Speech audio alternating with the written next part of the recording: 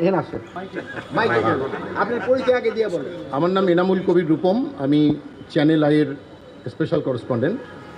মাননীয় উপদেষ্টার কাছে আমার প্রশ্ন যে আইন শৃঙ্খলা পরিস্থিতির আস্তে আস্তে উন্নতির দিকে যাচ্ছে।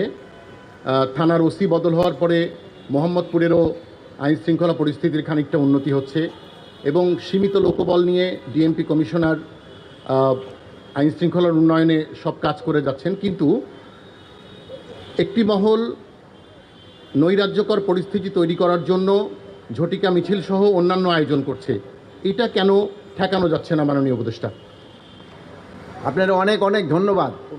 দেখুন, আপনি একটা দেখছেন ভাই কিন্তু ভালো কথাটা বলতো যে কিন্তু মুখ দিয়ে একটা খারাপ চলে আসছিল, যেহেতু অভ্যাসটা দূর হতে কিন্তু অনেক সময় লাগে। আরেকটা হলো এই যে যেটা ভাই যেটা বললো উনি সত্যি কথাই বলছেন, কিন্তু ঝটিকা মিছিলের কিন্তু সংখ্যা কিন্তু কমছে। আপনারা জানেন একবার অনেক গত 244 জন যে সময় আমরা একবারে ধরলাম হাতে নাতে, সেই সময় কিন্তু এরপরে কিন্তু সংখ্যাটা অনেক কমে আসছে। তা আপনাদের এরকমভাবে যদি আপনারা সাহায্য এবং সহযোগিতা করেন তবে এইগুলি আরও কমে যাবে, এক সময় দেখবেন আস্তে আস্তে এলিমিনেট হয়ে যাবে। আর অপরাধের সংখ্যাও কমছে,